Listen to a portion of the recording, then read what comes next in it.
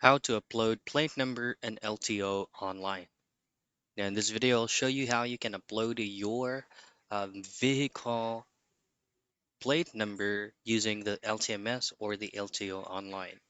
Open up any referred web browser that you can use on your end, and what you want to do is simply typing in LTMS portal, and then it should be on the very first result that will redirect you into the official page of Land Transportation Office.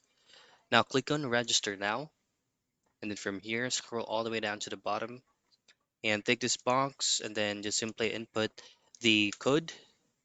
Now on the next page, on your registration, you can choose to enroll as an individual, as an organization, and other types of options here.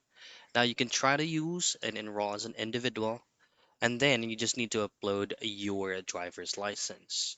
Now, fill out these forms right here, and then on the next page, you will be asked to upload the requirements or the documentations you need for the vehicle that you will be registering under your name, as this is part of the process. And that's it. That is how you upload vehicle plate number and LTO online.